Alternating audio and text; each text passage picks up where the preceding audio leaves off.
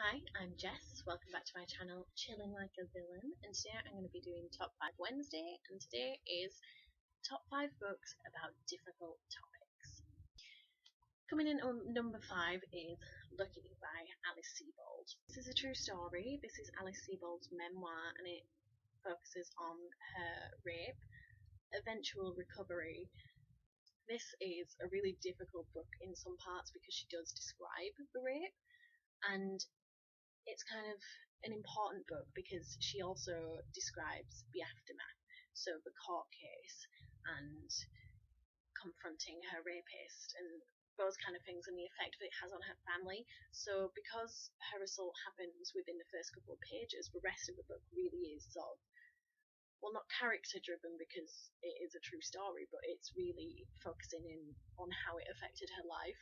So it was really interesting to read and definitely worth reading if you kind of like depressing memoirs. Then I kind of struggled with the rating for this one. I didn't know whether to swap it with number 3, but I went with number 4. This is Dark Places by Gillian Flynn, who obviously wrote Gone Girl. She's very famous for writing very dark books, but this is the one that I've read, and I really loved this. When I read it, I gave it 4 out of 5 stars. This follows Libby Day. When Libby was younger, her whole family was killed by, she believes, her brother. Only later on, when she's a grown up, she kind of gets into solving possibly what actually happened to them, thinking maybe it wasn't her brother. So it leads her down some very dark paths, and obviously because her family was killed when she was younger, it's kind of hugely affected her personality and her character and things that she does. So she's quite a dark character because Gillian Flynn is obviously famous for writing quite sort of morally grey, morally ambiguous characters, and she is very much within that vein. So it's quite a dark book, but it's really well written, and really I do recommend it because I just straight up like read it all the way through. It was so good, honestly.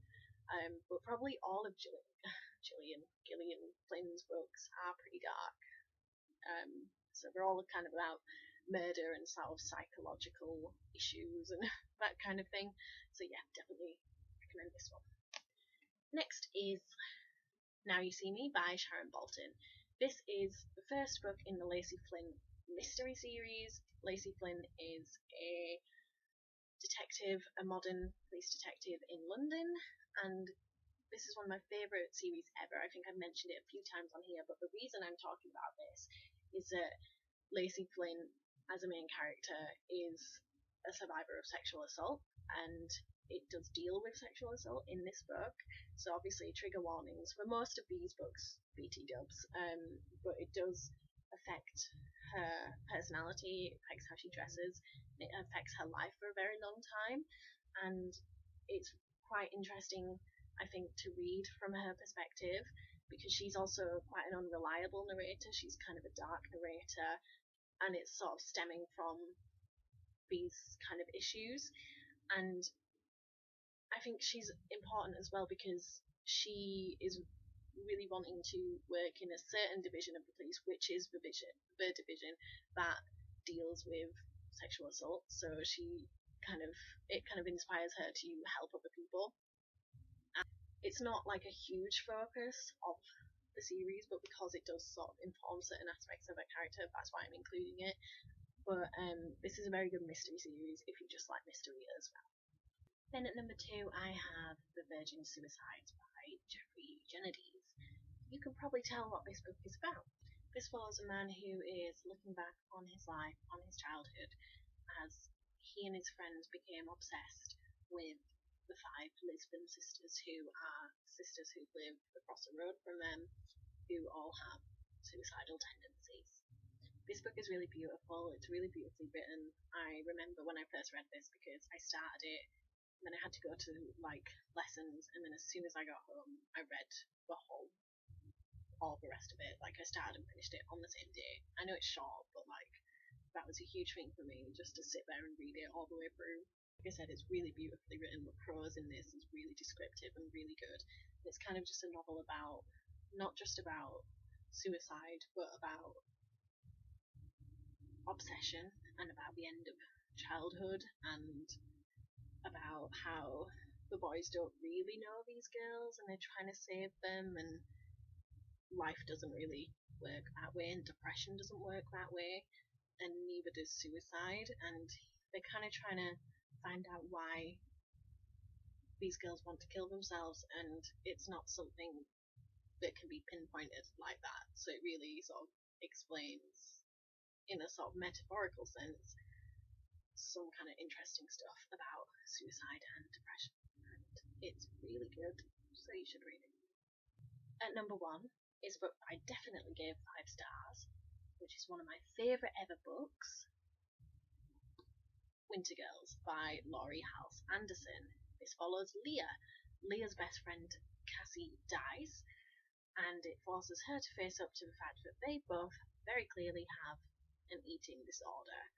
So it is about Leah dealing with her anorexia and her friend's death at the same time, and it's really sort of in-depth, character-driven, and really beautifully written, and really sad and tragic and hopeful at the same time. I love Leah as a character, and you really kind of see her mindset and the way that she thinks about her eating disorder, and it's so interesting to read, if not tragic, because you can kind of,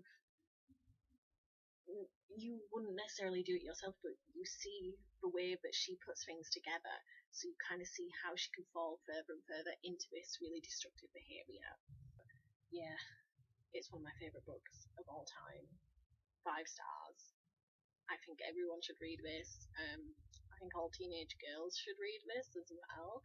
Or if you were trying to understand that kind of thing, then you should read it. It's a really beautiful book, and it's really sensitively done, I think, as well. Um, she's not played off as just a silly teenage girl. It is addressed as a real problem, because it is a real problem. And I think there's this tendency to just not believe people nowadays, or just think that it's for attention, and in this book it really shows you that it's really not. There's a lot of different factors that go into people sort of developing these kind of things and these kind of problems. So I think it's a really important book, and Laurie Halse Anderson often writes about these kind of topics. She wrote Speak, which is about sexual assault, and I think a lot of her books are kind of hard hitting. So if you want something that is YA but something contemporary and dark and about something that's a real issue, then Laurie Halse Anderson is a very good author to check out. Okay, so that was my first Top 5 Wednesday. How did I do? I don't know, but thank you for watching if you did, and I will hopefully see you again soon.